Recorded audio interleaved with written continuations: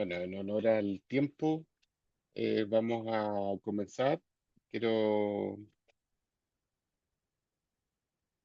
comentarles que la sesión se está grabando, así que de todas formas, para quienes ingresen más tarde o no puedan hacerlo, va a quedar publicada la sesión en el canal de YouTube de la red. Dicho eso, buenos días a todas y a todos. Mi nombre es Cristian Calabrano, asesor de la red de revistas científicas del CUECH, y hoy día tenemos como invitado para este foro. Quiero presentarles al doctor Roberto Jara Rojas. Él es doctor en ciencias agrarias de la Universidad de Talca y actualmente es director de investigación de la misma universidad. Así que, como ven, ya Roberto está conectado. Yo le di también los permisos para que pueda compartir pantalla. Así que, bienvenido, Roberto, y doy ahí el pase. Hola Cristiano, hola a todos los del foro, muchas gracias por la invitación. Em, sí, la verdad que, bueno, quería compartir algunas experiencias y desafíos respecto de este concepto de revistas predatorias, em, algunas experiencias desde la Universidad de Talca. Por lo tanto, claro, van a haber voy a entregar alguna información que es particular de la universidad, pero también contar un poco esta historia que nosotros hemos enfrentado en los últimos años y cómo hemos resuelto algunas cosas o cómo hemos tratado de normar algunos hechos asociados a las revistas predatorias, pero también pensando en el contexto de la red de revistas científicas donde participamos muchas universidades y lo que queremos es potenciar también la, las revistas nacionales, ¿verdad? Que son open access. eh, Sin pago. Entonces, que están sustentadas por nuestras universidades y que también merecen visibilidad, y que las sigamos potenciando. Entonces, en ese sentido, voy a compartir la presentación. Tengo ahí tú, Cristian, después me puedes decir, apúrate o qué sé yo, no sé cuánto tiempo me puedes diciendo cuánto tiempo tengo. Em, Tengo preparado una agenda eh, con 6 temas, algunos más extensos que otros, algunas definiciones, una, una discusión inicial del concepto desde la Universidad de Talca, que yo le puse año 2023. Sin embargo, no es que se discuta entre académicos desde hace 2 años atrás, sino que eh, el tema de alguna manera se pone sobre el seno del consejo académico de ese entonces, consejo universitario hoy, en ese año, pero es un tema que se venía discutiendo ya entre académicos hace bastantes años atrás. Eh, eh, Disculpa, eh, Roberto, Ujú. perdón por interrumpirte. No estás presentando como pantalla completa. Ah, perfecto. Se ve. Se ven ambas pantallas. Sí. Ya, dame un segundo.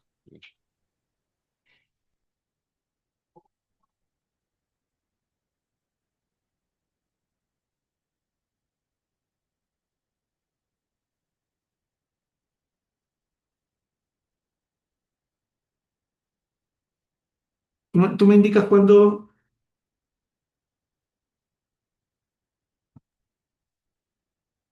Aún se ven ambas. lo voy a compartir otra vez.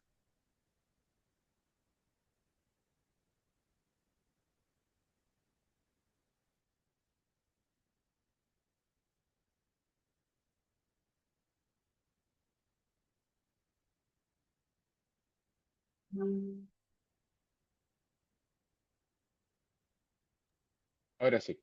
Ya, muy bien. Como comentaba, algunas acciones también desde la Universidad de Talca a propósito de esta discusión que fue una discusión a partir del año 23 un poco más institucional. comentarle algunos efectos de algunas medidas y finalmente también conversar un poco de algunos datos de publicaciones, siempre con la mirada desde nuestra institución, em, y hablar acerca de los pagos, de los charges, de los cargos, ¿verdad? Asociados a la publicación en Open Access y cómo eso también puede afectar o no el futuro de nuestra revista. Y finalmente comentarios como para generar algo de discusión. Partir diciendo algunas definiciones, hicimos una revisión de literatura y nos permitió generar algunas definiciones al respecto, definiciones que probablemente son ultra conocidas por ustedes, en la cual, bueno, se define una revista predatoria o como editoriales o revistas académicas que principalmente priorizan su beneficio económico por sobre la rigurosidad científica.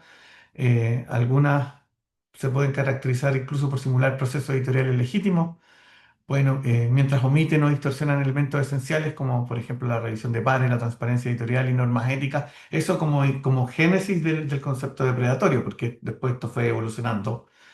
El objetivo principal es captar artículos pero también pagos, ¿verdad? Es lo que conocemos como APC, y con un control de calidad probablemente bajo y también con integridad científica también escasa. Eh, Dentro de esta definición existen algunos elementos eh, iniciales como concepto, desde el engaño o información falsa, falta de revisión de pares de manera significativa. También hay poca transparencia en la información que aparece, digamos, disponible en línea en la revista. eh, y quizás también mucho hemos vivido esto de las prácticas de captación agresivas como correos masivos, urgencias artificiales o halagos, indicando una posible conexión entre un académico y una revista que nos invita a publicar. Y finalmente, como ya les comentaba, existe un objetivo económico por sobre una función que es más bien científica.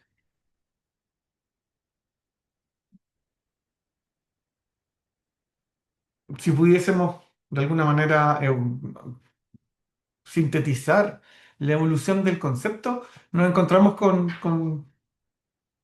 con varios periodos. Claro, en principio esto comenzó ya quizás antes de lo que está ahí, pero nos permite tener un timeline del concepto. eh, un aumento muy progresivo de correos sospechosos a investigadores. eh, También comenzamos a ver editoriales de Open Access probablemente falsas. Y luego hay un bibliotecólogo norteamericano que acuña el concepto en 2010, donde él identifica a patrones engañosos en editoriales más bien emergentes. Se genera una lista de revistas y también editoriales que, em, que le permiten, digamos, a los académicos estar un poco más atentos a la situación.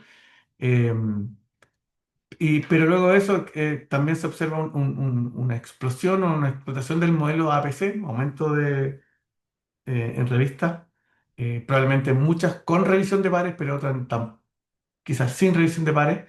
Eh, También esta lista que generó este señor Jeffrey Bell también cierra su blog por ciertas amenazas, eh, lo que también genera paralelamente una crisis conceptual del concepto, editoriales quizás eh, que comenzaron a causar cierta polémica, no encajan en la definición clásica de lo que es una revista predatoria. Entonces, eh, esta, digamos, este no encaje de algunas editoriales, como también se comenzó a comentar en la comunidad científica y se llega a un consenso. Hay un artículo también muy crucial que está en Nature, que habla de esta distinción y habla un poco de una zona gris, ¿no? Entre lo que es una revista predatoria, una revista digamos que cumple con ciertas prácticas de integridad y establece un concepto, como yo les decía, de zona gris, ¿no? Que es un tema que les voy a comentar a continuación. Mm. Cuando uno hace por ejemplo, un mapa de coocurrencia del concepto en análisis sensométrico, uno se encuentra con distintos conceptos y claro, efectivamente, si ustedes buscan en esta coocurrencia el concepto de predatory journals, el que le parece más cercano ahí es el concepto de open access. Entonces igual se tiende como eh, a asociar, ¿cierto? De mala manera lo predatorio con lo open access, ¿no? Es un poco el mensaje, y entre otros mensajes que habían dentro de este mapa de concurrencia que revisamos en algún momento. Eh,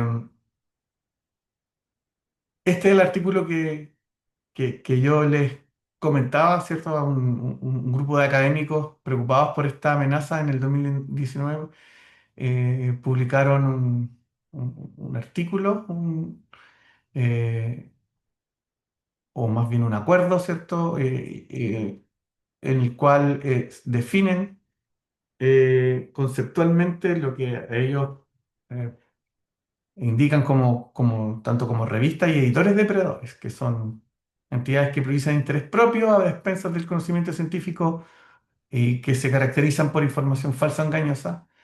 Básicamente desviando aquellas mejores prácticas editoriales de publicación, o bien a través de falta de transparencia u otro tipo de prácticas o solicitudes más bien agresivas, ¿no? En términos generales, no son las mejores prácticas que siguen las revistas o que normalmente siguen las revistas académicas. Y también ellos exponen digamos, en este acuerdo que esto también puede aplicarse a las denominadas revistas legítimas. Ellos ponen sobre la mesa, digamos, el tema también aquí en este artículo, que aquellas revistas, entre comillas, legítimas también eh, puede darse estas conductas, ¿no? Entonces, vamos a hablar de conductas depredatorias donde existen una serie de prácticas que no, no están en línea con lo que una revista científica debe hacer. Y por otro lado, vamos a indicar que poco a poco estas malas prácticas, por llamarlos de alguna manera, ¿verdad? También pudiesen ser adoptadas por revistas, entre comillas, legítimas. Entonces, lo que hablan, o lo que se discute, o lo que se pone sobre la mesa, es que existe una zona gris, ¿no? Una zona gris que se diferencia del concepto em, inicial de lo que se denomina predatorio, que era más bien una intención muy deliberada de engañar, que había un proceso editorial y un peer review casi falso, digamos, había engaño a la comunidad científica, y que el modelo de negocio obviamente era que le pagaran por publicar en esa revista, entre comillas, engañosa.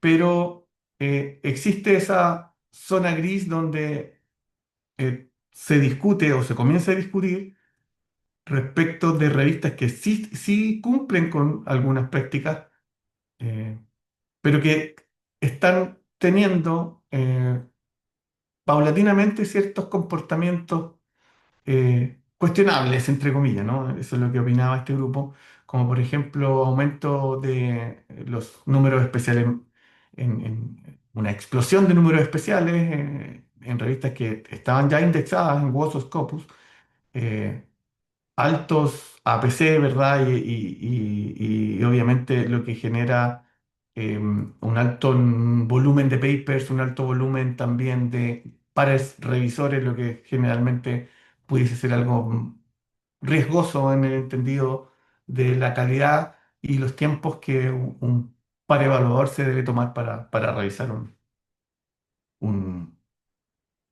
un artículo.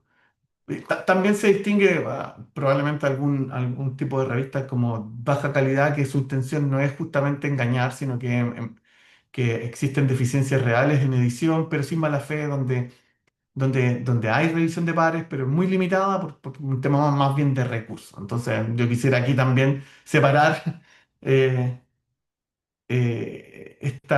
el concepto, y intentar distinguir que pueden existir revistas que son de mala calidad o de baja calidad, no de mala calidad, quizás por un tema más bien de recursos, pero también dentro de este concepto de revista predatoria, también distinguir lo inicial, que está asociado a engañar al académico, versus lo llamado zona gris, que en el fondo son revistas que comienzan a generar ciertos comportamientos que probablemente para muchos de la comunidad científica parecieran ser inadecuados. Bien, dicho esto, está muy claro que el impacto que pudiese tener estos comportamientos inadecuados. Pensemos en un caso de salud pública donde, ¿qué pasaría si un grupo de investigación quiere realizar una revisión sistemática? eh, Se sabe, ¿cierto?, que las revisiones sistemáticas en el área de la salud son muy importantes para generar guías clínicas, y para generar ese tipo digamos, de lineamientos, pero eh, no sería muy bueno que esas revisiones sistemáticas incluyeran revistas que tienen ciertas conductas que afectan la calidad, porque eventualmente esa información va a generar conclusiones que a lo mejor no sean las más adecuadas, o que tengan algún sesgo, o que tengan alguna información errónea, y eso puede eh, generar algún problema en esas conclusiones, digamos. Entonces, finalmente, no es solo, a lo que voy, no es solo es que se genere un paper con alguna información probablemente sesgada, o que no tenga una revisión adecuada, o con otra mala práctica, sino que también puede tener una implicancia mayor, un segundo piso de implicancia, ¿no? Em, Otro elemento que también quisiera comentarles, que publicar en este tipo de revistas no es solo un problema de países de bajo o mediano ingreso. Hay distintos análisis, unos más antiguos que otros, pero hay un ejemplo que no solo en las revistas, digamos, depredadoras, predatorias, ocurre, no es un problema solo de países de bajo y mediano ingreso, sino que también ocurren, o existe la probabilidad de que países de alto ingreso también em, eh, publiquen, o académicos afiliados, ¿verdad?, a países de alto ingreso también publiquen este tipo de revistas. Un problema, en el fondo es un problema mundial, digamos, lo que se está viviendo, y lo que se ha ido acrecentando, o más bien se ha ido sofisticando en términos del concepto. Em, bueno, eso como una introducción, digamos, del concepto, y de cómo al menos me puedo yo hacer una idea de qué es lo que significa, o cómo ha evolucionado lo de las revistas predatorias, que sin duda ha sido una preocupación para toda la comunidad científica, para todas nuestras universidades. Y obviamente la Universidad de Talca no estuvo exento de esas conversaciones que partieron hace mucho más tiempo atrás, entre reuniones de académicos, entre reuniones exponiendo casos, ¿verdad? O mostrando la preocupación al respecto de esta proliferación de probablemente malas prácticas. Yo no lo llamaría malas revistas o malas editoriales. Yo quiero ser mesurado, yo quiero hablar de malas prácticas en algunas revistas, de algunas editoriales, para ser un poco más cauto al respecto. Y desde la universidad, un poco desde el año 23, luego de mucho tiempo, ¿cierto?, de discusión académica, es que se pudo conformar una comisión, digamos, que se dedicaba formalmente a estudiar el caso. En este, fue una comisión que fue presidida por el director de investigación, pero que tenía 6 integrantes que eran independientes, los cuales tenían una agenda bien abierta o tuvieron una agenda bien abierta en términos de precisar conceptos, definiciones y también de entregar una serie de recomendaciones a la comunidad científica. Entonces, ese fue un hito súper importante para nosotros como institución. Generar esta comisión independiente y con agenda abierta, eh, y, y- y con la cual eh, se pudieron emitir ciertos resultados y conclusiones que yo quería compartir con ustedes durante esta tarde. La comisión sesionó el 13 de junio del año 23 y partió eh, haciendo análisis, por ejemplo, cómo había sido la evolución histórica de las publicaciones de la Universidad de Talca, desagregado por área, por investigador, qué editoriales eran las destacadas, cuáles, dentro de las publicaciones de la institución, cuáles eran números especiales, y una serie de otros elementos que la comisión sugirió para identificar quizás posibles listas negras de revistas, información de donde poder obtener, digamos, fuentes de información, sitios web de donde poder obtener información acerca de este tipo de listas y luego también discutir en aspectos de ética en la investigación, que fue una de otro de los, digamos, de los motivos por la cual esta comisión comenzó a funcionar.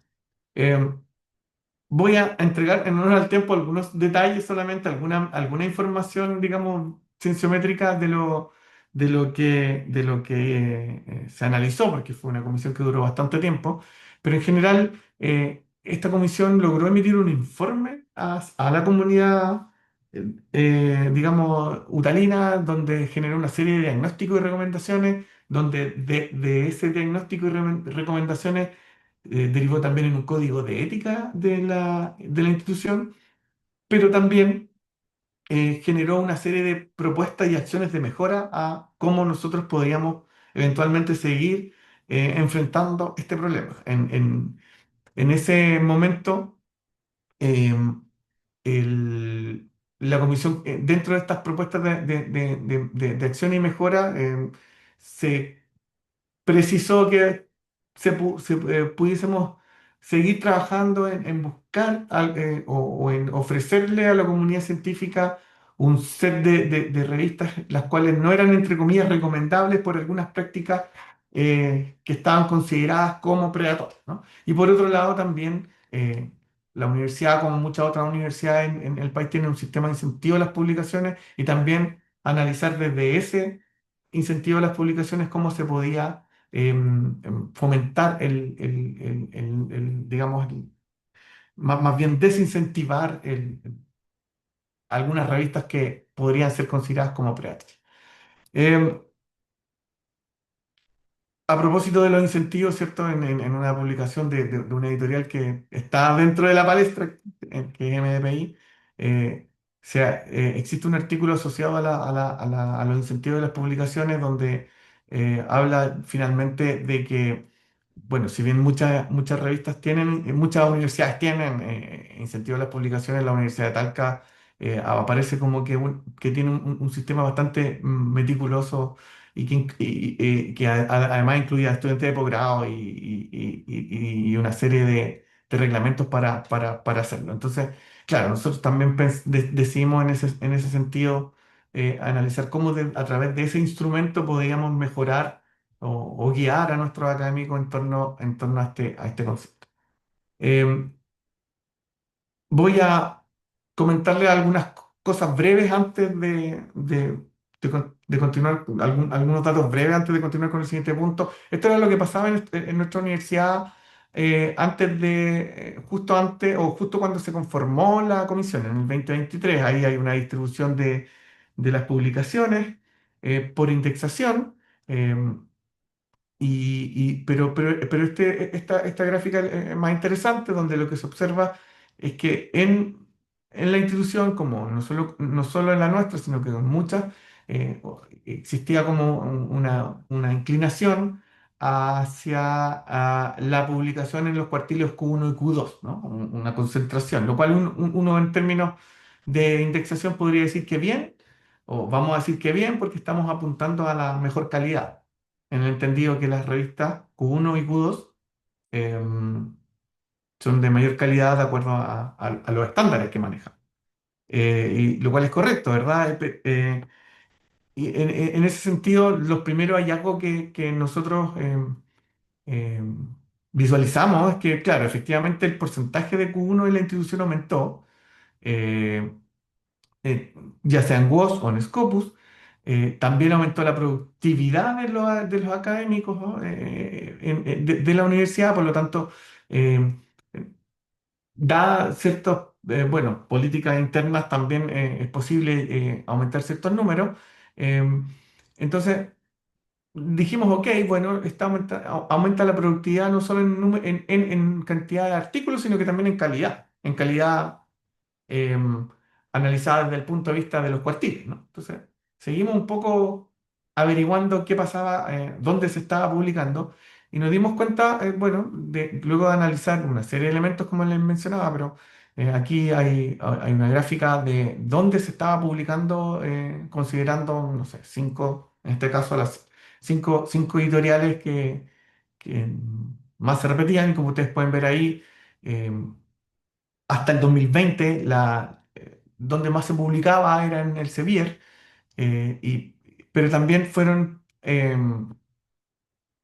aumentando otras, como por ejemplo MDPI, que en el año 2021 y a partir del 2021 se posicionó como la editorial donde más publicaban los académicos de la universidad. Y esto no es un fenómeno solo no fue un fenómeno solo de la Universidad de Talca, sino que también de muchas otras universidades, no solo de Chile, ¿no? Em, Asimismo, observamos también algunos aumentos en números especiales, o el porcentaje de números especiales donde se está publicando, y, y también esto un poco nos alerta y nos dice, bueno, esos números especiales pueden ser en cualquier editorial. Entonces nos fuimos al análisis de dónde se estaban realizando esos números especiales, y nuevamente aparece una de las editoriales como la mayor, digamos, oferta de números especiales en la cuales nuestros académicos publicaban algunos artículos. Eso sin duda que, que- que alerta, ¿no? Genera ciertas luces de alerta en el entendido de que existía, ¿cierto? Una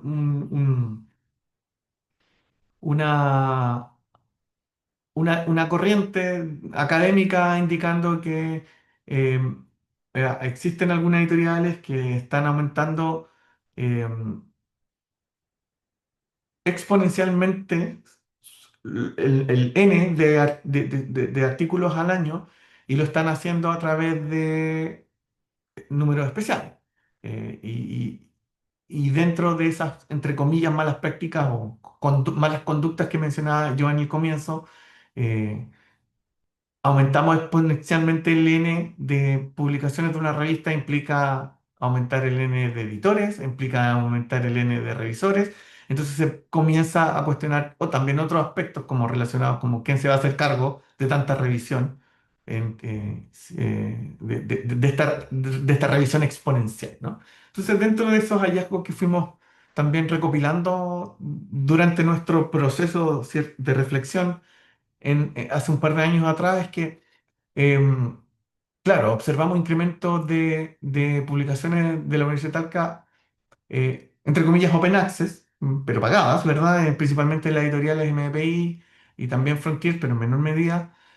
Pero también observamos que esa tendencia también existe en otras, ¿no? El Sevier, Springer. De hecho, muchas revistas que hace un par de años tenían la opción híbrida, o hoy ya no la tienen, y solamente tienen la opción Open Access con pagos de APC. Eso estoy hablando en revistas principalmente de la editorial Elsevier y de Springer, ¿no? Eso es un fenómeno que también está ocurriendo. Eh, Observamos también un número de publicaciones, eh, un aumento de publicaciones en números especiales y un aumento en el porcentaje de las publicaciones de una de estas editoriales que está mencionada en la presentación. Em, Dentro bueno, de ese resumen de información, porque era mucha información que manejábamos, yo les comentaba que se hizo este diagnóstico, se trabajó en un código de ética en la investigación, que no es resorte de esta presentación, pero también se trabajó en propuestas y acciones de mejora, y yo aquí quisiera mencionar dos en particular. Una que tiene que ver como es asociada a cómo poder mejorar nuestro sistema interno de incentivo a las publicaciones, y lo que hicimos fue focalizarla en la alta calidad, ¿no?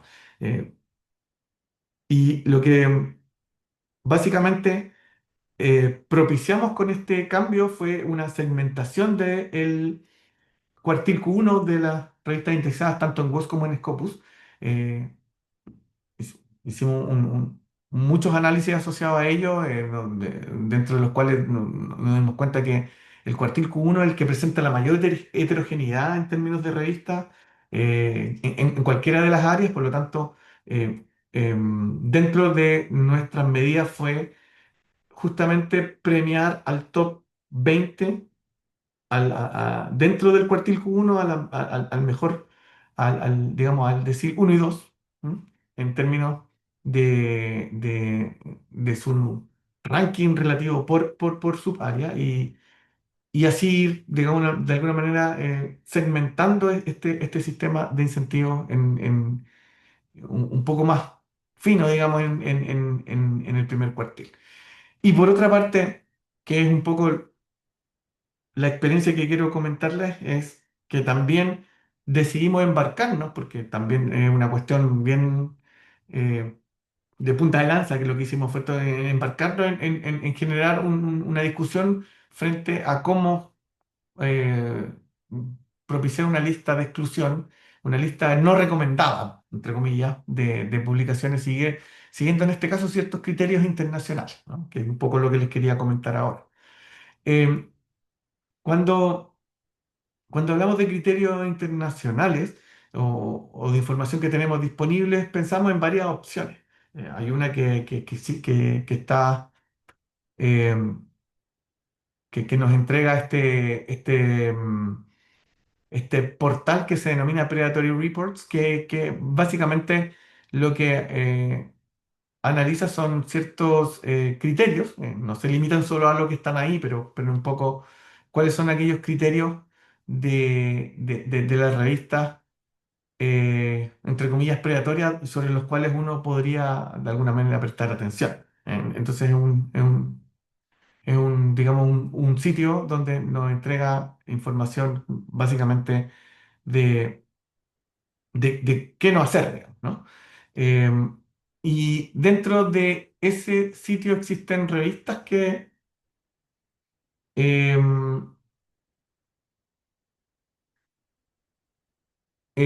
están como catalogadas como no recomendables dentro de este sitio web. Dentro de las fortalezas que pudimos recopilar de esta opción uno, llamémoslo así, que era una lista muy actualizada y transparente y de fácil acceso. Eh, Aunque como desafíos también vimos que no todos los criterios que ellos decían tener eran explícitos. También incluye o incluía en ese momento, en el 2023. Yo no debo reconocer que no sé si ha cambiado ahora en el último tiempo, pero incluía colecciones completas de editoriales, por ejemplo, toda MBI, toda Frontier, toda Indawi, sin discriminar potenciales diferencias entre las revistas que hay dentro de esa editorial. Bueno, seguimos nosotros avanzando y buscando como, claro, obviamente, eh, más información, y nos encontramos con este conocido también por todos nosotros, que el directorio de revista de acceso abierto, eh, donde obviamente eh, expone aquellas revistas que tienen buenas prácticas editoriales, que son de open access, ¿verdad? Y que sus propósitos son crear nuevas oportunidades para promover, difundir y proteger el conocimiento, también conectar investigadores, y ser el socio confiable y solidario de los académicos independientes de la disciplina u origen.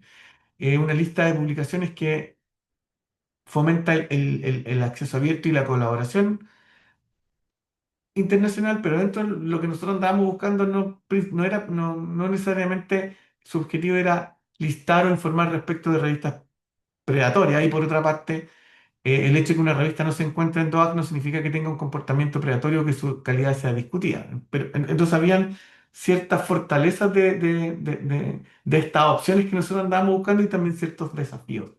Eh, Luego también encontramos otros portales, este es de una universidad en Ámsterdam, donde, donde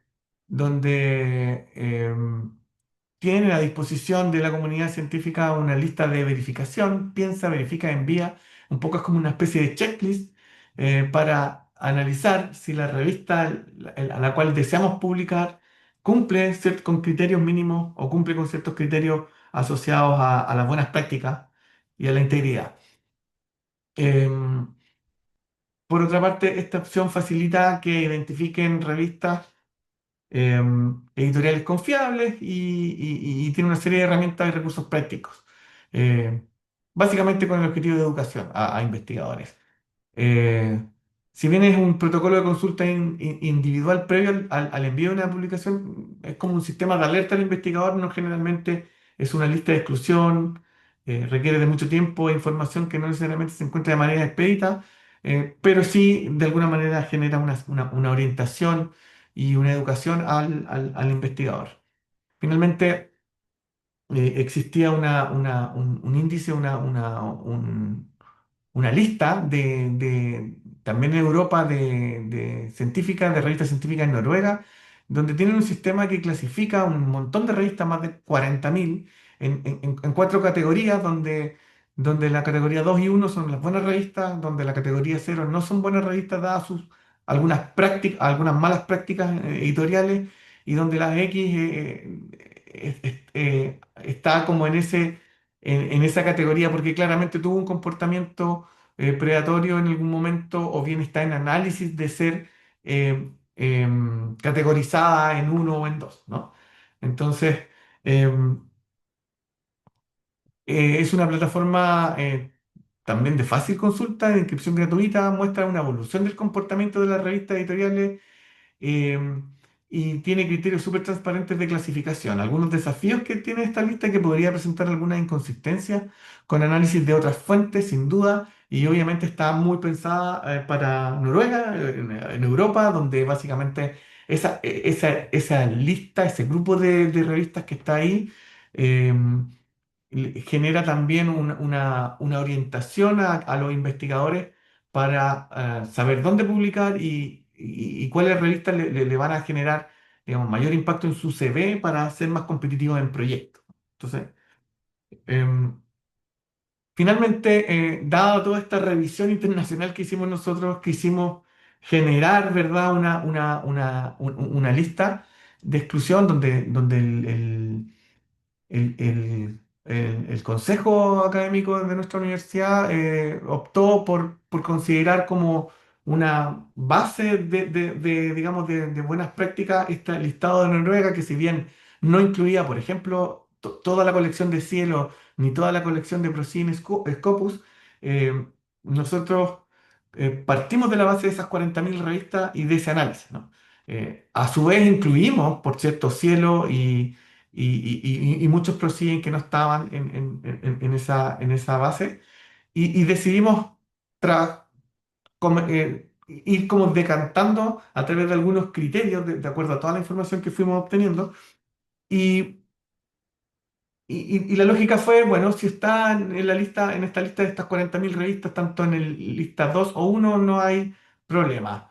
Si es Cielo no hay problema, si son Procine Scopus tampoco hay problema, pero sí van a generar alerta aquellas revistas que están en la lista cero y también en la lista X, ¿no? Así fuimos haciendo nuestro mapa, nuestro criterio. Si están en la lista cero, y además eran mega journals, que lo definimos también con aquellas revistas que publican más de 2.000 artículos al año, entonces también le íbamos a prestar atención. Entonces fuimos como decantando toda esta información y nos permitimos generar una lista de exclusión o una lista de algunas revistas, de algunas editoriales sobre las cuales no recomendábamos publicar a nuestros investigadores. Y generamos un- un- una lista de 55 revistas. Entonces hicimos todo este análisis, eh, digamos, eh, más bien digamos, con información de portales internacionales.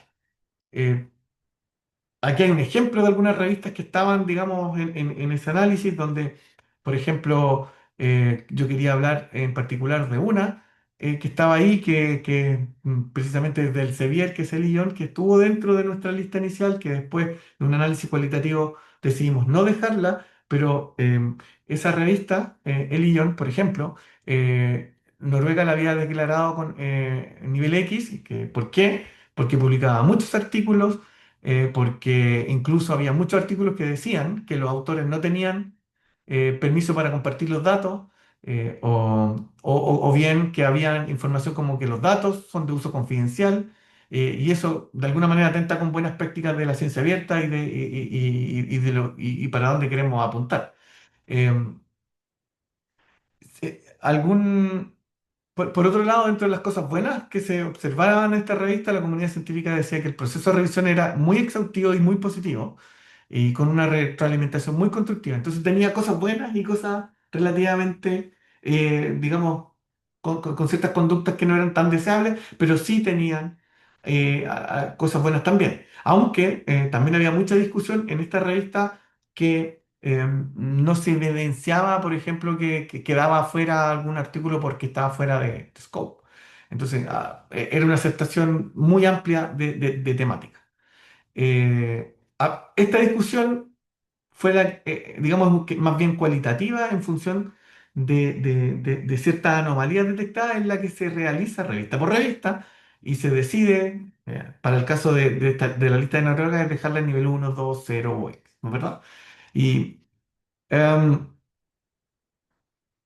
¿Y qué pasó con esa revista en algún momento? Claro, uno ve en algunos portales que en este caso Web of Science decidió mantener esta revista on hold, ¿cierto? Ahí en suspenso, en el último año por algunos problemas relacionados dice, aparentemente debido a ciertas preocupaciones acerca de la calidad de algunos artículos. Lo que indica digamos, este post en su detalle es que más allá de la calidad de los artículos que se están publicando, era que el scope era muy amplio, se aceptaba, ¿cierto?, de todo. Entonces, eso hacía que fuese un mega journal que tenía que disponer de muchos revisores, y que independiente de los tiempos, que aquí no era un problema de tiempos de revisión, sino que era un tema de temas, ¿no?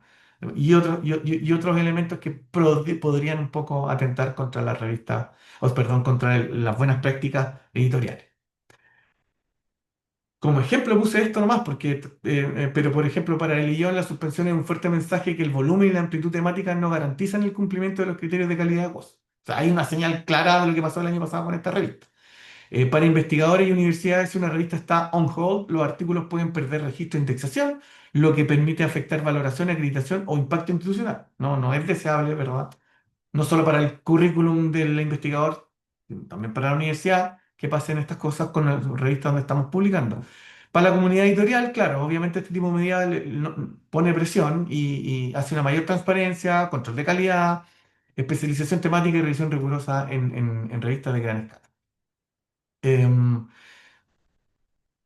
yo les decía que dentro de las medidas que, em, que impulsó la Universidad de Talca, medidas internas, generamos una lista de exclusión donde habían revistas de muchas editoriales, entre ellas la revista, la editorial que aparece acá mencionada en este artículo, que es MDPI. Dentro de nuestra lista de exclusión habían algunas revistas de MDPI, pero también de otras editoriales. Y yo a partir de este artículo que sale publicado en enero del año pasado, de este año me parece, que probablemente muchos de ustedes lo conozcan, que habla de la MDPización de la ciencia chilena, es como un llamado de atención, pero lo hace particularmente con esa editorial. Entonces, a partir de este artículo, yo quería como mencionar algunos efectos inmediatos que tuvo las medidas que aplicó la Universidad de Talca. Muy brevemente, lo que indica este artículo, dice muchas más cosas, pero aquí hay cosas como centrales. Lo que indica este artículo que existen, que entre el 2017 y el 23 aumentó la proporción de artículos publicados en esta editorial, creció de un 1 a un 13%, eso como promedio nacional, eh, algunas universidades más, otras menos, pero que se convirtió en el tercer mayor editor para Chile después del Sevilla y Springer en el periodo, digamos. Este crecimiento es consistente básicamente con una tendencia global, no es solo de Chile, no es solo de la Universidad de Talca, no es solo de la Universidad del Cruz, fue una tendencia global, lo cual significó además también altos costos para los fondos públicos chilenos. En este estudio, que es bien interesante, hacen algunos cálculos sencillos, pero que son bastante impactantes. El 36% de los artículos chilenos publicados en MPI indica en el periodo 2017-23 fueron financiados con fondos públicos de la NIT. Eh, y si eso lo promediamos o lo multiplicamos por un APC promedio de $2.000, equivale a 6 millones de dólares gastados en 7 años. Un poco impactante la cifra, digamos. En cuántos otros proyectos se pueden financiar con eso, cuántas becas de doctorado, cuántas becas de magíster, etcétera, cuántos postdocs se pueden, digamos, financiar con esa cantidad de plata. Entonces, eso es un poco lo que nos hacía pensar ese artículo.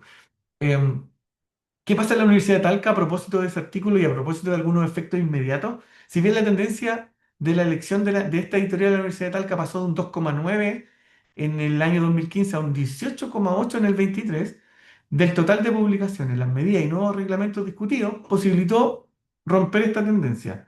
Lo comento como un efecto inmediato de toda nuestra, digamos, discusión, de toda nuestra reflexión en torno a dónde publicar, etcétera. Prueba de ello, esto ocurrió en la situación del año 2024 y yo acabo de actualizarla a octubre del 25, donde el porcentaje de publicaciones MBI disminuyó a un 13,8%, debajo del promedio mencionado por los autores Fortuny y Celis 10 para la Universidad de Talca, que hablaban de un 16. Nosotros logramos bajar ese porcentaje. No estoy diciendo que es bueno o malo, estoy diciendo que hay un efecto de una medida y que en el 25 ya la tendencia es más o menos al 13,5% de total de las publicaciones de la Universidad de Talca en esta editorial.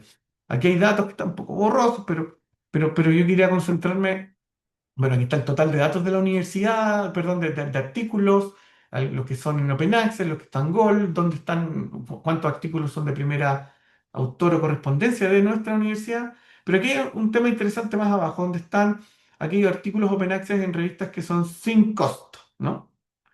Ahí hay un volumen de artículos y un número de revistas, digamos, asociadas a un acceso Gold, ¿cierto? Un Open Access sin costo. Luego em, tenemos un número creciente de artículos publicados por la universidad, en este caso del orden de 793 artículos. Aquí tengo información hasta octubre del 2025 y acá hicimos un cálculo, hay un equipo fabuloso, los voy a invitar a un desayuno. Hicieron este cálculo em, de los APC revista por revista y llegamos a una cifra que es re impactante. Si bien, bueno, estos 793 artículos publicados por investigadores de la Universidad de Talca tuvieron un costo de 2 millones de dólares, en definitiva. Es una cifra claro, que impacta. Si bien hay que ponderar esto, porque es muy probable que a lo mejor exista colaboración internacional o colaboración nacional con otras universidades, en que no todo el costo sale de la Universidad de Talca, pero lo cierto es que el costo total, independiente de la editorial, para 793 publicaciones es de 2 millones de dólares, ¿no? Em, Bueno, dicho esto, también aquí les presento las principales, bueno, revistas que fueron consideradas en el análisis, el número de artículos y el APC pagado, digamos, y cuánto se ha gastado en esa revista, donde ustedes pueden observar que, por ejemplo, en revistas como US Praxis, que es nuestra, digamos, es una revista de acceso abierto, pero sin costo, estudios constitucionales, acceso abierto sin costo, y así hay otras revistas opinión jurídica, básicamente de derecho, ¿se fijan? Y que son open access sin costo, ¿no? Bien, para finalizar, yo quisiera también no aburrirles tanto con el tema, pero para finalizar me voy a permitir unos 2 o 3 minutos, Cristian. Em, Básicamente la discusión sobre revistas predatorias hoy es súper imperativa. Los datos analizados muestran que este fenómeno quizás no es marginal ni externo, afecta directamente visibilidad, reputación y ética de la producción científica. Nosotros por ello creamos esta comisión, hemos avanzado, puede ser suficiente o insuficiente, eso lo podemos discutir, pero hemos ido avanzando en torno a poner sobre la mesa ciertos temas. La zona gris que les mencionaba es un principal desafío. Actualmente yo lo veo como un desafío relevante. Más que las revistas predatorias clásicas, hoy lo que tensiona la calidad son estas editoriales de alto volumen, donde esas lo que las hacen, nos hacen a nosotros preocuparnos. No solo de alto volumen, a través de números corrientes más especiales, sino que también altos costos, ¿no? Alto volumen de publicaciones, altos costos. Eh, Obviamente que se requiere un monitoreo institucional de toda la red de cómo estas prácticas o estas malas o buenas prácticas evolucionando en el tiempo y poder realizar ciertos análisis críticos. Otra cosa importante, al menos para nosotros, algunas medidas sí mostraron efecto. La comunidad científica reaccionó positivamente ante orientaciones claras, herramientas concretas y criterios transparentes, sin disminuir calidad ni cantidad de publicaciones, también lo debo decir. No hubo una disminución, no hay una disminución de las publicaciones de la Universidad de Talca, ni tampoco hay una baja en la calidad en términos de cuartil, digamos, medio cuartil, sino que yo lo veo como una reacción positiva de la comunidad hacia ciertas orientaciones. Eh, por otro lado, aprovechar este foro y hablar un poco del sistema de evaluación nacional que exige, que debe exigir calidad y no volumen. En general, los incentivos tanto de ANI, del CRUCH, CNA están alineados con los criterios de calidad editorial, ¿cierto? Q1, revisión rigurosa, indexación sólida. Eh, Obviamente, como institución y como instituciones, nuestro deber es ayudar a que los investigadores tomen decisiones que fortalezcan su trayectoria y también a la reputación de nuestras universidades. Esta dinámica del global del acceso abierto, la aparición de nuevas prácticas editoriales y estas decisiones como On Hold and WOS muestran que el ecosistema cambia rápidamente. Debemos mantener vigilancia activa y actualizar periódicamente nuestras recomendaciones, que es lo que a propósito estamos haciendo nosotros en este momento. Eh, Nuestra aproximación siempre debe ser formativa y de acompañamiento. Aquí nosotros no hablamos de prohibir ni sancionar investigadores, por el contrario, estamos intentando ofrecer herramientas, guías, criterios que nos permitan elegir a nosotros los académicos adecuadamente en qué revista publicar. Por otro lado, profundizar un punto cuál es el problema de fondo. Es verdad, muchas revistas en Chile son Gold, Open Access sin cobrar. Por ejemplo, todo lo que está en cielo. Todo lo que está en cielo cumple las buenas prácticas, pero no están en WOSCU 1, lo que deja o nos puede dejar invisibles para asignación de puntajes, concursos de ANID, los mismos criterios de productividad de la CNA, incluso remuneraciones académicas internas producto de la promoción, ¿no? Es decir, publicar una revista chilena Open Access sin APC podría significar en algunos casos 0 puntos, mientras que pagando 2.000 o más dólares una revista Q2 sí vale. ¿Ah? Es un poco también mi reflexión en torno a la temática. ANIT y la Comisión Nacional de Acreditación puede promover Gold sin APC. Claro, podríamos definir segmentos propios de revistas, asegurar que las revistas Cielo obtengan puntaje un basal garantizado, otorgar quizás otra equivalencia a cosas como según buenas prácticas. Esto no requiere más presupuesto, solo cambiar criterios de evaluación o bien propiciar conversaciones cómo poder avanzar en este aspecto. ¿Ah? Eh, La paradoja que hay en Chile es que producimos revistas Gold, Open Access sin costo, de buena calidad, con harta inversión, con harto tiempo de todos nosotros en todas las universidades, eh, con mejoras, principalmente a través del proyecto Red de revistas, se han hecho muchas mejoras, pero el sistema de evaluación privilegia revistas pagadas, ¿no? Eso es lo que estamos observando, eso es lo que se observa hoy en día. Si reconocemos formalmente nuestras revistas nacionales, por ejemplo, podemos promover un modelo de acceso abierto un poco más justo, sostenible y también alineado con el interés público. Entonces ahí está como un poco promover el acceso sin APC también es justo y favorece un modelo sostenible de acceso abierto.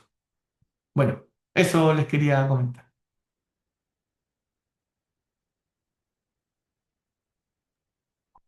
Gracias, Roberto. Eh, Ahora tenemos un espacio para preguntas, si es que alguno de ustedes tiene. Si, si es así, puede encender el micrófono y hacerla o simplemente colocarla en el chat,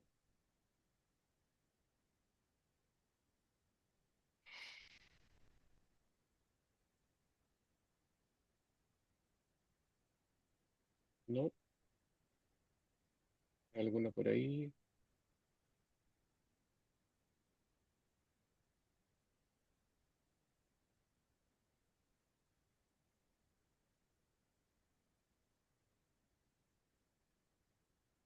¿No? Bueno, yo quiero aprovechar a hacerte una pregunta, Roberto. Ujú, Tú mostrabas ahí lo que ustedes están haciendo en la Universidad de Talca y como por decirlo de una forma, cuenta con un tipo de instrumento para poder ahí detectar. Desde tu experiencia como director de investigación, ¿tú crees que es posible, considerando de que eh, esto siempre va cambiando y estos ujú, mismos listados que se publican de editoriales, revistas, quedan obsoletos inmediatamente? ujú, Se han publicado cada cierto tiempo. MDPI estaba en un momento hace unos años atrás, estaba dentro del listado, después en la actualización ese listado fue ujú, sacado y estos últimos años ha vuelto nuevamente ahí a la palestra por algunas de las revistas que tiene MDPI, entonces, que están siendo cuestionadas. Entonces, bajo ese contexto de que va cambiando, ¿tú crees que es posible contar con ciertas herramientas o instrumentos que permitan detectar a tiempo este tipo de publicaciones? sí, bueno, primero yo quisiera mencionar que más que las publicaciones, estos comportamientos son, yo los llamaría más bien de las revistas, ¿no? De estas tentaciones, obviamente que debe haber también un hospedero, que es el académico, eh, pero lo que al menos eh, puedo comentar es que, claro, efectivamente es algo que evoluciona rápido, que se requiere un sistema relativamente sofisticado para poder ir detectando, o sea, no es algo sencillo, digamos, eh, pero que sin embargo sí hay algunas cuestiones que ya históricamente han funcionado y bien, que a lo mejor podemos ir mirando, ir como construyendo una especie de sistema de información, ¿por qué no decirlo a nivel de la red, ¿verdad? De la red que está aquí presente, que tiene que ver con ciertos aspectos ya más bien históricos, como por ejemplo DOAG. Sabemos que DOAG es un listado de revistas que para estar ahí tiene que cumplir con una cierta calidad. Ahí hay una fuente de información relevante que está ahí y que la podemos usar para estos criterios de decisión. Eh, Luego está... em, luego tenemos información asociada a a WOS y a Scopus cuando generan esta list que la hacen periódicamente. O sea, a lo que voy es que información existe, lo que nosotros tenemos que y que se mueve rápido. Información que se mueve rápido existe. O sea, lo que nosotros tenemos que generar quizá algún mecanismo que sea más bien en red, colaborativo, como de alerta para que esto sea eficiente, porque Yo estoy de acuerdo con que esto varía rápido, que se requiere mucho esfuerzo, que este ejercicio que nosotros realizamos probablemente sea como una especie de estudio de caso, pero ¿por qué no utilizar digamos, las conexiones que nos ofrecen em, ciertas APIs o, o ciertas, digamos, suscripciones para ir monitoreando estos aspectos? Yo creo que por ahí va un poco, que el trabajo sea colaborativo más que individual por institución. Y un poco al respecto, porque algo que no mencionaste en la presentación, pero creo que puede ser relevante en esto, es que el uso de IA puede favorecer o Mm. perjudicar más este contexto de este tipo de publicaciones de revistas. Bueno, el uso de la inteligencia artificial es algo que que llegó y se va a quedar, digamos. Yo utilicé incluso algunos diapos ahí eh, con, utilicé inteligencia artificial para hacer alguna de mis diapos, digamos. O sea, pero tiene que ver también como un poco con el manejo de la información, digamos, como yo voy a utilizar la inteligencia artificial para el beneficio y no para tratar de engañar o para, en el fondo, para generar malas prácticas, ¿no? En términos en este caso, de malas prácticas editoriales. Yo creo que hay que convivir con la IA y hay que utilizarla de buena manera. Esa es mi postura al menos. Em, lo otro también que quería también reforzar era que como tanto ANIT como la CNA, la Comisión Nacional de Acreditación también debe estar, digamos, con nosotros en este análisis. ¿Ah? Tenemos, yo puntualicé que hay visiones de cómo medir productividad por una parte, ¿verdad? Y nosotros queremos apoyar nuestras revistas por otra, y a veces esas vías no son paralelas y nunca se cruzan, digamos. Entonces, también propiciar eh, colaboración con ANIT, colaboración con la Comisión Nacional de Acreditación, va a ser súper relevante eh, para poder ir mejorando también los criterios, ¿m? Los criterios que están por ahora bastante estándar. Hay algunos esfuerzos, sin duda, hay algunas áreas en Fondesit que incluyen ciertos am, elementos asociados, por ejemplo, matemática, que tiene esto de las revistas muy buenas, buena y regular, que es distinto a lo que ofrece Scopus y WOS. Y así, pero hay cosas, ¿no? Pero que se pueden ir mejorando en función también de esta temática. Sí, es cierto. Mm, Bueno, ahí en el chat, Christopher dice, y yo creo que mm, tiene relación con inteligencia artificial, que es más bien un tema más ético y de autorregulación. Eh, lo mismo pasa, yo creo, con la selección de la búsqueda de revista, con esta mm, demanda de publicar. Claro, es muy fácil y siempre está, la oferta es bastante amplia, siempre están llegando muchos correos, muchas notificaciones de este tipo de editoriales y de publicaciones depredadoras que están ofreciendo publicar de manera rápida. Entonces es bastante tentador al mm, respecto. Y por último, yo te quiero hacer una pregunta con respecto nuevamente a lo que están haciendo ustedes en la universidad. ¿Esto está a través de un reglamento? O sea, lo tienen definido con respecto a esta escala que tú mostrabas sobre cobro, pago? mm. ¿Esto ya está regulado de manera a través de la gobernanza institucional o están todavía en ese proceso? No, efectivamente, esto está regulado. Bueno, lo interesante de este ejercicio que realizamos hace un par de años es que esta comisión que se conformó generó recomendaciones.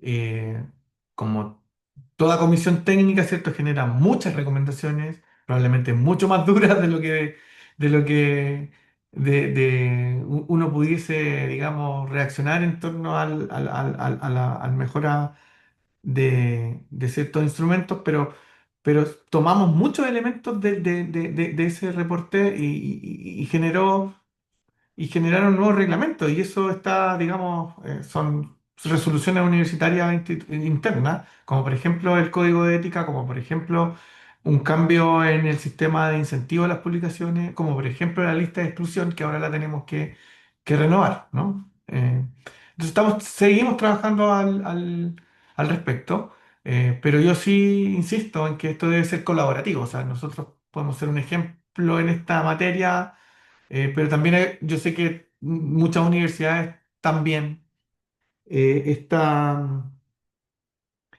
em, trabajando en este aspecto. Entonces, el punto es, bueno, conversemos entre todos, tratemos de incorporar, como yo les decía, no solo a la comunidad universitaria, sino que también al Ministerio de Ciencia, a ANIT, ¿verdad? Y a la CNA, y como eh, reflexionando y generando más lineamientos que probablemente puedan ir más allá de una reglamentación universitaria individual, sino que sea algo un poco más amplio. Ujú. Entiendo. Sí. Bueno, hay otra pregunta, hay una pregunta en el chat de Carola que tiene que ver con tu visión sobre los incentivos que existen en la academia, que tiene que ver con publicar en WOS y en Scopius y, y que está fomentando de alguna manera esa práctica. Tú mencionabas y que el Open Access debiera ser una iniciativa, o sea, una forma de incentivar, es que desde las mismas instituciones debieran ahí incentivar la publicación a ese tipo de publicación. Sin embargo, en la práctica sigue pasando lo contrario, se sigue incentivando la publicación en WOS y en Scope. Entonces, saber un poco tu visión al respecto. Bien, una muy buena pregunta. Que primero voy a decir que no sé si se está grabando todavía porque voy a... Está No, bien, no, ya, no ya importa que no. se grabe mi respuesta. Bueno, tengo varios sentimientos al respecto de la pregunta. Voy a partir. Creo que efectivamente que los sistemas de incentivos a las publicaciones, eh, claro, más que los sistemas de incentivos a las publicaciones, lo que genera presión son otros elementos en primer término. Voy a partir por eh, otro aspecto. Primero, un investigador que entra a la academia quiere hacer carrera. Para hacer carrera en la academia uno debe jerarquizarse. Si uno se jerarquiza, eh, va subiendo de grado en muchas de las universidades y va avanzando en esta carrera. Y para que uno avance en esa carrera depende de la adjudicación de fondos externos, proyectos. Mientras más competitivo soy a nivel de currículum individual, a lo mejor voy a tener mayores chances de ganarme esos proyectos y así esta cuestión empieza a girar, ¿no? Y en ese entendido, efectivamente, las pautas iniciales, por llamarlo de alguna manera, o digamos, la música la pone ANIT y la universidad. Es decir, ANIT pone los fondos concursables y los requisitos para, y las universidades nos dicen a nosotros qué hay que hacer para ir en esta carrera. En ese sentido, efectivamente, lo que genera ahí es una presión, ¿cierto? Una tentación justamente a publicar, ¿no? O como era anteriormente el dicho, publicar o morir, y publicar en revistas internacionales, WOS, y con ello yo tener un currículum más competitivo y poder acceder a proyectos, ¿no? Y ahí avanzo en mi carrera y soy muy feliz, ¿verdad? Pero claro, efectivamente aparece digamos, este tema que no es particular, quiero decirlo, no es particular de una editorial, ¿verdad? No es particular, y tampoco creo yo en mi visión personal, tampoco creo que sea incorrecto tener publicaciones en esta o en esta otra editorial, por el contrario. Eh, Siempre es bueno publicar, pero sí cuando tenemos una posibilidad de tener un resultado rápido, es por cierto que existe la tentación. Es como una tormenta perfecta. Tenemos la posibilidad de tener un resultado rápido, ese resultado rápido va a tener un impacto en mi CV y me va a posibilitar ganarme un proyecto. Por cierto que eso, y además subimos que me podrían pagar por publicar. por supuesto que va a generar un incentivo un poco perverso, ¿no? Entonces, no tengo la respuesta de cómo cambiar esa ruedita,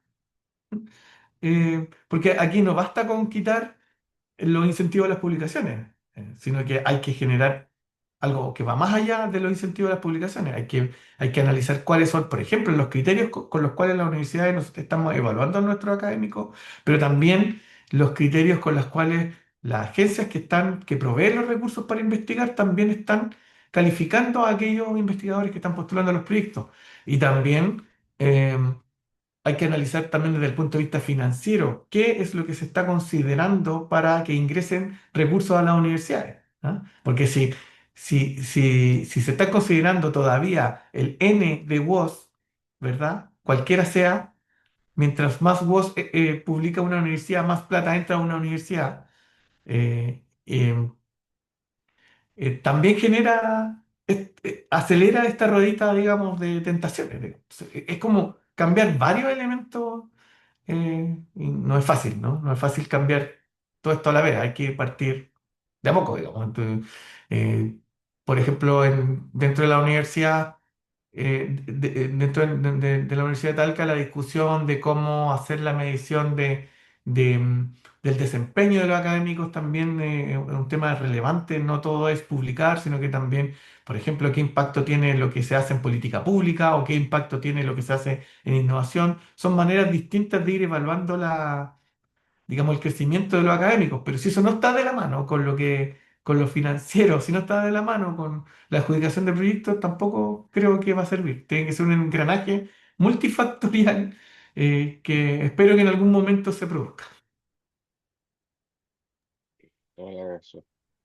Bueno, gracias Roberto por tu presentación, también por responder estas preguntas, que la verdad ha sido muy, muy claro todo. Y me tomo de lo último que acabas de decir, que efectivamente esta rueda, en verdad no hay una, una receta mágica para probar, pero sí vamos lentamente haciendo pequeños cambios. Esta misma red tiene un poco ese objetivo de incentivar las revistas Mm. de acceso abierto en este contexto de ciencia abierta, así que muchas gracias por tu exposición y por tu intervención. Así que, y también quiero agradecer a todos los quienes estuvieron Mm. presentes. Como ya les decía, esto fue grabado, así que después les vamos a compartir. Y bueno, que tengan una buena inicio de semana y una buena tarde, de lo que queda de tarde. Que estén muy bien. Gracias, ¿No? Roberto. Muchas gracias. Chao.